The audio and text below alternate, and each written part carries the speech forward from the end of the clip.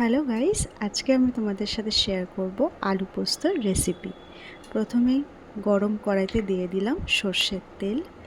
তারপরে আমি দুটো শুকনো লঙ্কা দিয়ে দিলাম। একটুখানি নাড়াচাড়া করে আমি দিয়ে দেবো পাঁচফোড়ন। পাঁচফোড়নটা দেওয়ার পর আমি খুবই ভয় পেয়েছিলাম, কারণ এই ছেটাছেটিতে আমি খুব ভয় পাই। তো যাই হোক, তারপরে আমি কড়াইতে আলুগুলোকে ছেড়ে দেবো। আলুগুলোকে ভালো করে ভেজে নিতে হবে যতক্ষণ না হালকা ব্রাউনিশ হয়ে আসে।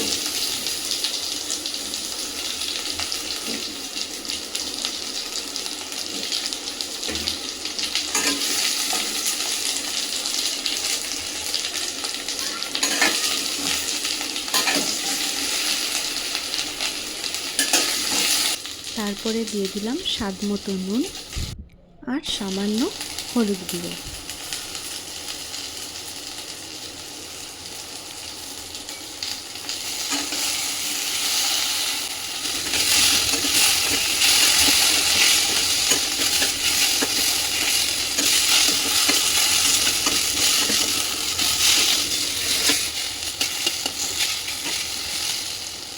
এরপর আমি ঢেলে দিলাম 1 কাপ মতন জল।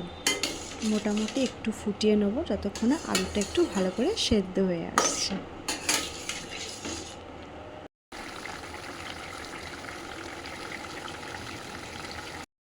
এরপরেই চলে এলো আমার রান্নার শো স্টপার, আজকের পোস্ত বাটাটা আমি ঢেলে দিলাম।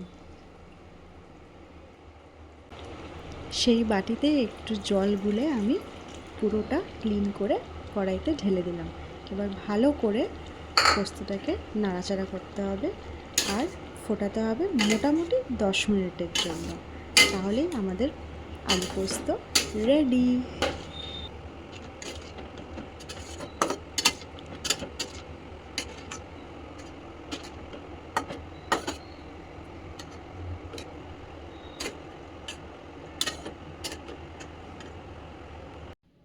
মোটামুটি 10 মিনিট আমি ভালো করে ফুটিয়ে নিয়েছি। তো দেখতেই পাচ্ছ যে অলমোস্ট ডান। খুব সুন্দরভাবে আলুগুলো সেদ্ধ হয়ে গেছে। এখন আমি সুন্দর করে সার্ভ করে খাবো। আর খেতে তো অসাধারণ হয়েছিল। আমি ফার্স্ট টাইম রান্না করলাম, তো ফার্স্ট টাইম হিসাবে আমার তো ভীষণ টেস্টি লেগেছিলো। তোমাদের কেমন লাগলো রেসিপিটা অবশ্যই জানিও। ভালো লাগলে লাইক করে দিও। Thank you.